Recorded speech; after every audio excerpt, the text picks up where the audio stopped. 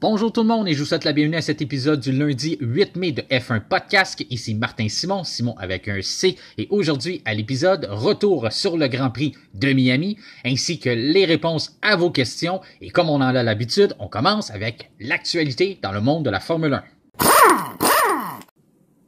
Alors, tout d'abord, dans l'actualité, premièrement, cet épisode du lundi 8 mai qui est plutôt disponible le mardi 9 mai en raison de la date tragique de l'anniversaire de la mort de Gilles Villeneuve.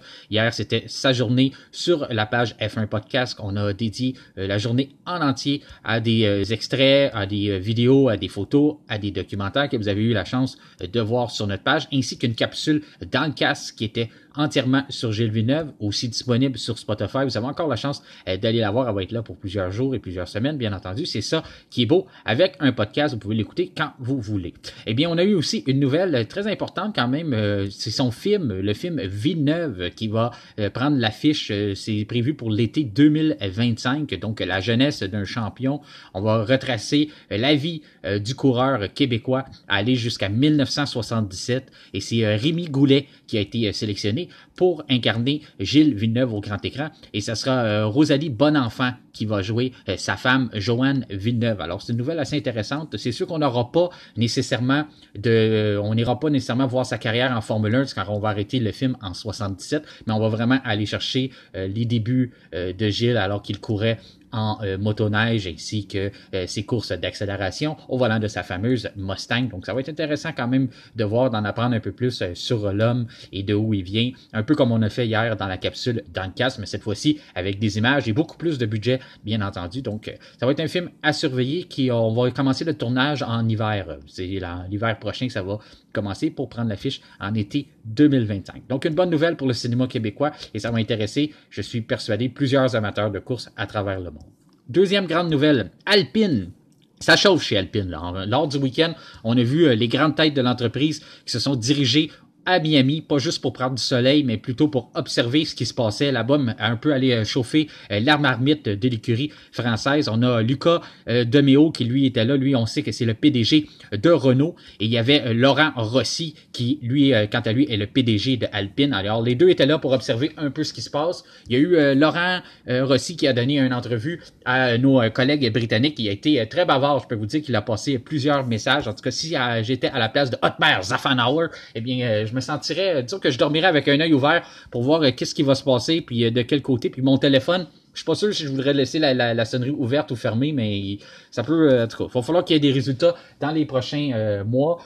Comme que Laurent a mentionné, lui, il veut un changement d'esprit, un changement d'attitude dans l'équipe. Il trouve que les gens sont un peu trop confortables et il veut qu'on ait un peu plus le couteau entre les dents, un peu plus agressif pour conserver notre place. Et comme il a dit, s'il ne voit pas un changement dans l'état d'esprit, eh bien, il y aura des conséquences. C'est une règle de l'industrie. Alors, c'est un message pas mal passé entre les lignes. Il a aussi quand même s'est fait rassurant aussi en disant qu'il ne blâme pas nécessairement seulement Otmar Zaffanauer, mais que c'est à lui que le rôle revient de faire que les choses fonctionnent, de mettre les bonnes choses en place. On sait que dans les dernières semaines, on a eu des résultats très décevants. À Miami, on s'est un peu replacé, mais c'est bien en bas des attentes. On avait prévu au début de l'année, de ce qu'on avait annoncé, c'est qu'on avait gagné 2 secondes durant l'hiver. C'est pas ça du tout, là. Pour l'instant, on a gagné que 6 dixièmes de seconde, alors c'est très très loin du 2 secondes. Et les autres équipes ont progressé, donc c'est rendu un peu moins que ça. L'écart. On nous avait aussi mentionné qu'on s'attendait à compétitionner Mercedes à compter de la reprise de l'action, donc à Bakou. C'est pas ça s'est pas concrétisé. On a eu plusieurs ennuis mécaniques. Alors, fait, de ce côté-là, ça va être à surveiller. Qu'est-ce qui se passe chez Alpine? On a beaucoup de pression. Et il a aussi mentionné, il a fait des comparatifs avec Aston Martin, qui a dit Aston Martin, ils ont moins d'argent que nous d'investis. Ils ont une moins grosse usine, car leur usine n'est pas encore, leur nouvelle n'est pas encore en fonction. La soufflerie est pas là. On a plus d'employés qu'eux. Alors, ils trouvent ça vraiment inacceptable qu'un écurie comme Aston Martin a réussi à partir de la 7e position et venir maintenant être 2e dans le championnat, quand que Alpine, qui avait quand même une 4e, 5e place au championnat, ne fait que reculer et perdre plutôt que de progresser. Alors, il a utilisé beaucoup Aston Martin comme comparatif et c'est ce qui ajoute à la frustration et à l'impatience dans le clan français. Pour Ferrari, enfin, lors du week-end, on avait mentionné dans l'épisode de vendredi qu'on apportait des améliorations à la voiture, donc un plancher qui était là pour le week-end. On nous a aussi mentionné que ce plancher-là, c'est que le début de plusieurs améliorations à suivre et cette étape-là. Alors, on a vu que ça s'est pas vraiment concrétisé lors du week-end.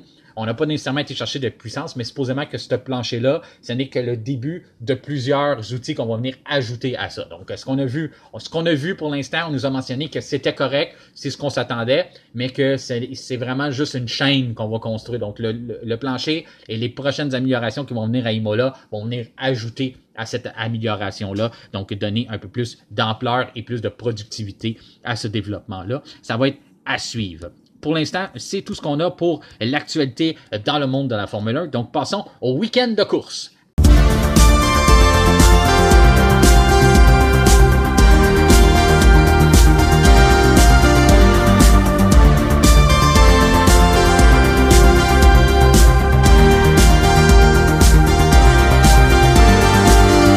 Eh bien, quoi de mieux qu'un petit air de Miami Vice pour nous replonger dans l'ambiance du Grand Prix de Miami qui avait lieu le week-end dernier. Est-ce qu'on peut remercier Max Verstappen et son erreur de la qualification de samedi lors de la séance Q3. C'est vraiment ça qui est venu donner un peu de piquant au Grand Prix de dimanche pour vous remettre en situation. Lors de la séance Q3, Max Verstappen, le vent s'est levé. C'est ce qui l'a poussé à commettre une erreur, une correction trop brusque avec son volant. Et alors, il a dû abandonner son temps, retraiter au puits. Et là, chez Red Bull, on a aussi commis une erreur de ne pas le renvoyer tout de suite en piste. On a un peu trop patienté. Et ce qui devait arriver est arrivé. Charles Leclerc est allé retrouver le même mur qu'il avait rencontré lors de la séance d'essai libre de vendredi. C'est-à-dire fracasser sa Ferrari contre le mur. Et là, ça l'a provoqué un drapeau rouge. Et Sergio Perez, qui avait un week-end, on peut dire, moyen ou peut-être même catastrophique jusqu'à ce temps-là, a réussi à hériter de la pole position. Alors qu'il était plus qu'heureux, parce que pour lui, là, c'était pratiquement impossible. Ça lui prenait un genre de miracle ou quoi que ce soit pour Max qui semblait vraiment imbattable sur ce week-end-là. On en avait discuté. Sergio Perez, il est le roi des circuits urbains, mais Miami ne semble pas être dans ses cordes. La saison dernière, il avait eu beaucoup de difficultés à trouver les bons réglages et à trouver un rythme qui était capable d'être assez imposant pour se signaler et aller chercher une pole position ou même dans les deux premiers. Alors, c'était un week-end qui était jusqu'à ce moment-là un week-end à oublier. Il s'en allait concéder un avance à son coéquipier Max Verstappen, mais là, coup de théâtre, il hérite de la pole position pour le Grand Prix de dimanche. Alors ça donnait beaucoup plus de piquant quand on avait Lewis Hamilton qui lui s'élançait déjà de la 13e place. On avait Lance Stroll qui avait pas eu une bonne qualification qui s'élançait de l'arrière. Charles Leclerc, à cause qu'il est allé fracasser sa Ferrari contre le mur, s'élançait 7e. Alors, on avait des cartes un peu mélangées. Alors, ça devenait très intriguant pour la course de dimanche. Les faits aussi à noter, c'est que si Sergio Perez remportait ce fameux Grand Prix-là de dimanche, eh bien, il devenait le premier Mexicain à prendre la tête du championnat du monde de la Formule 1 depuis 1967. C'était Pedro Rodriguez qui avait pris l'avance en 67. Alors ça, c'est quand même un fait à noter. On a aussi eu 3 Espagnols pour la première fois en Formule 1. Oui, je sais, pas Max Verstappen, mais Sergio Perez est un Mexicain, mais 3 qui le parlent espagnol qui se retrouvait sur la première grille. Alors, c'était une première fois avec Perez, Alonso et Carlos Sainz. Alors, ça donnait... C'est ça quand même intéressant. Et on avait aussi Max qui avait gagné de 7 endroits différents sur la grille la saison dernière, mais jamais de la 9e place. Alors il tentait de devenir le premier depuis Niki Lauda en 1984 au Grand Prix à Dijon, sur le circuit de Dijon, qui s'était élancé de la 9e position, qui avait remporté le Grand Prix. Donc la 9e place, là, c'est vraiment pas une position qui est propice à gagner une course, là, quand il y a personne qui a réussi à accomplir ça depuis 1984. Alors, tout le monde anticipait la course de dimanche. On avait plusieurs scénarios possibles. Les premières voitures ont décidé de s'élancer en gomme médium. Les voitures qui suivaient avec Max Verstappen et compagnie, on a décidé d'aller avec les gommes dures. Il y avait les 2 McLaren, eux autres, qui ont opté pour les pneus tendres. Alors, ça nous a donné une bonne course grâce au dépassement de Verstappen qui, tout au long de la course, en a profité pour remonter et aller chercher des positions, lui qui était à pourchasser son coéquipier Sergio Perez. Alors, Fernando Alonso avait fait une prédiction qui disait, je pense qu'il va me rejoindre aux alentours du 20-25e tour. Finalement, il est arrivé beaucoup plus rapidement que ça. Il y a même un tour, selon moi, Max Verstappen qui a remporté le Grand Prix de Miami. Selon moi, il l'a gagné avec son double dépassement sur K-Mag et Charles Leclerc. Quand il a réussi à en dépasser 2 sur un même tour, il a gagné plusieurs secondes. Et là, après ça, c'était une question de temps avant qu'il réussisse à aller chercher Sergio Perez. Il a fait beaucoup de temps aussi, beaucoup de tours, sur les gommes dures, alors ça aussi, ça l'a avantagé. Lui, Perez, qui était plutôt en gomme médium, alors lui, il a dû rentrer avant au puits. Et pendant ce temps-là, Verstappen a fait plus d'une quarantaine de tours avec la même gomme de pneus. C'est vraiment aussi, encore là, il a réussi à bien ménager son trait pneu. Alors, c'est lui qui l'a remporté le Grand Prix, qui l'a conservé tête au championnat. Il a aussi remporté le tour le plus rapide devant Perez, qui termine deuxième, quand même à 5 secondes de lui. Là. Faut prendre ça en perspective aussi. Là. Sergio Perez, même voiture que Max Verstappen. Il s'élance, il part le Grand Prix, il part premier. Il s'en va. Là, on a Verstappen, lui, dans le trafic, avec 7 voitures qui les séparent. Puis là, lui, là, il navigue à travers ce trafic-là. Il réussit à rejoindre Sergio Perez, qui lui s'en va au puits. Puis au bout de la course, après ça, quand Verstappen a rentré au puits, il est retourné derrière Perez, environ à 1 seconde et demie de différence. Il a réussi à faire le dépassement, compléter un dépassement sur Perez et terminer la course à 5 secondes d'avance. Alors ça, c'est pas très bon pour la confiance de Sergio Perez. Sergio Perez qui débordait de confiance après la qualification de samedi. En entrevue, il mentionnait avec les intervieweurs de Sky Sports qu'il était plein de confiance, qu'il était persuadé qu'il pouvait battre Max Verstappen dans un championnat de Formule 1. Et on avait les commentateurs qui disaient « Ah oui, on pense qu'il peut le faire ». On avait Jenson Button, que j'apprécie grandement. Il a toujours des commentaires très justes. Il peut toujours poser aussi. Il trouve toujours une manière de voir la façon la plus juste d'évaluer chaque Grand Prix et chaque course. Et Jenson Button mentionnait « Si Sergio Perez veut battre Max Verstappen, ça va lui prendre des miracles et ça va lui prendre plusieurs erreurs de Max. » On l'a vu, il y a eu une erreur samedi. Alors, ça, c'était une opportunité que Sergio Perez se devait de saisir. Il le savait, là, il était très conscient de ça. Et puis, en s'élançant premier, il voit son coéquipier venir le devancer et terminer 5 secondes en avant de lui. Alors, c'est sûr qu'en Formule 1, il faut garder un peu nos poker face puis pas montrer nos émotions, mais je suis persuadé là, que quand il est retourné chez eux, il se pose des questions, lui, de dire qu'est-ce que ça va me prendre pour le battre. Parce qu'une 9e place, même si Max part 9e, c'est pas suffisant pour Sergio Perez pour être capable de remporter un Grand Prix. Il faut que Max Verstappen parte plus loin que 9e. On l'a vu 14e au Grand Prix de Saoudi. Il a quasiment réussi à rejoindre Perez pareil. Alors, il faut le positionner quasiment en 14e place à chaque Grand Prix pour que Perez ait des chances de remporter.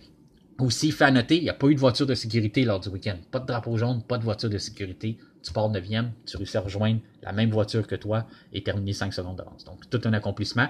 Et on continue avec la grille. Alonso, Russell, lui qui est terminé 4e. Belle performance de Russell. Alonso qui continue à chaque Grand Prix. C'est rendu que, même il l'a dit, 3e au début, on est terminé 3e, on était tous contents au début de la saison. Maintenant, on en veut plus. C'est rendu comme normal qu'on termine 3e. Alors, ils ont faim chez Aston Martin, on en veut plus. Après ça, Sainz, 5e, qui a pris une pénalité, pas dire stupide, une pénalité, il a été allé trop vite dans les puits. C'est coutume, hein, chez Carlos Sainz. Des belles performances. Il avait été bon tout le week-end. Là, gâche ça avec une erreur.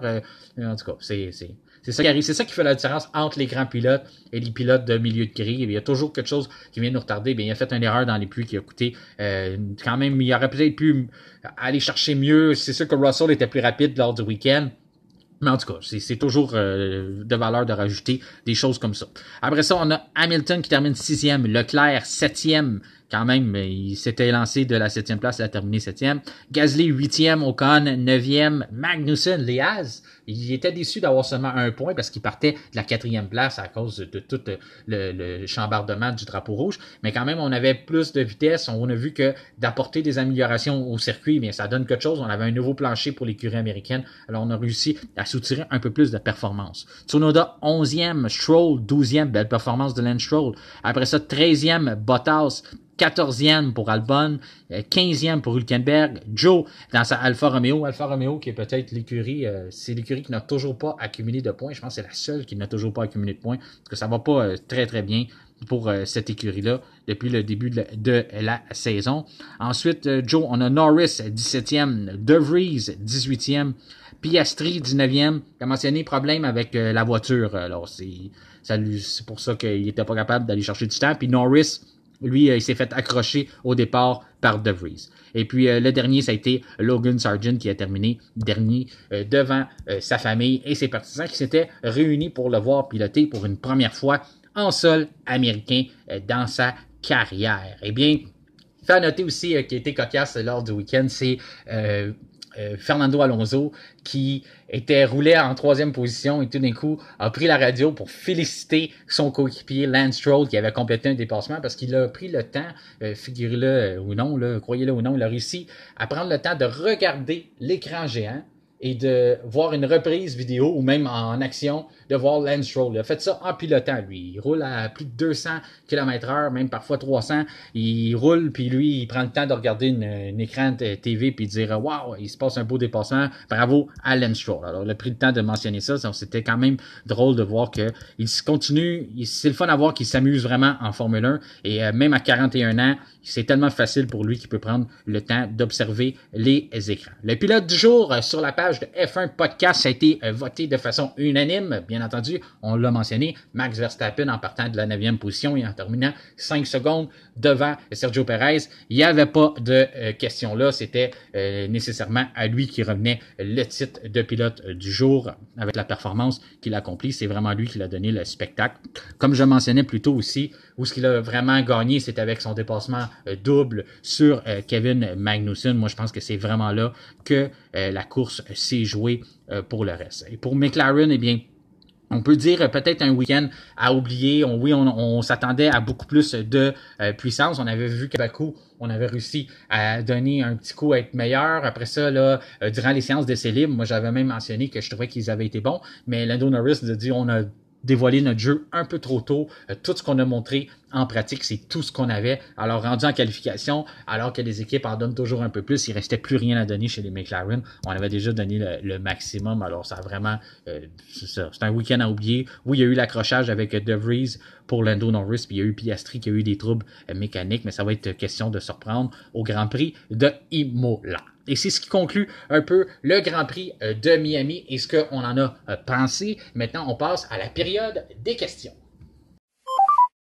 Tout d'abord, première question nous vient de Caroline de Bellefeuille qui nous écrit « Félicitations pour votre podcast. L'intérêt pour la Formule 1 est tout nouveau pour moi et j'apprends beaucoup à vous écouter. Ma question aujourd'hui serait de savoir pourquoi les voitures sont-elles plus rapides dans les zones DRS. Eh bien, DRS, ça signifie Drag Reduction System, donc en français, système de réduction de traînée. Alors, la manière que ça fonctionne, c'est qu'il y a des zones qui sont préalablement choisies sur le circuit, préférablement dans des lignes droites parce que le risque d'accident est moins gros, bien entendu. Et c'est là qu'on peut vraiment aller maximiser la puissance du véhicule. Donc, quand que les voitures atteignent une puissance maximum, afin d'aller chercher encore plus d'aide au dépassement, ce qui arrive, c'est que l'aileron va s'ouvrir à l'arrière. On a un volet dans la partie du milieu de l'aileron arrière qui va ouvrir.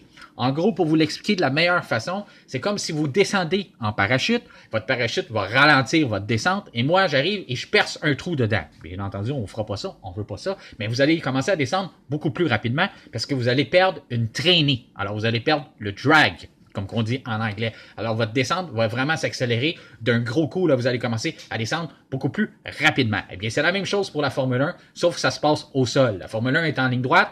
On a le gaz, la pédale d'accélération dans le fond. On se dirige à pleine vitesse, mais on a un aileron arrière qui nous sert à donner de l'appui en virage. Quand on tourne en virage, cet aileron-là, ce qu'il fait, c'est que le vent vient s'appuyer sur l'aileron. On met un poids sur l'arrière du véhicule pour la stabiliser et être capable d'avoir plus d'adhérence en virage. Mais quand on est en ligne droite, on n'a pas de besoin. Donc, le principe de percer un trou dans le parachute, on ouvre l'aileron, le pilote active ça sur son volant, alors qu'il est à 1 seconde de la voiture devant lui, il a le droit de l'activer.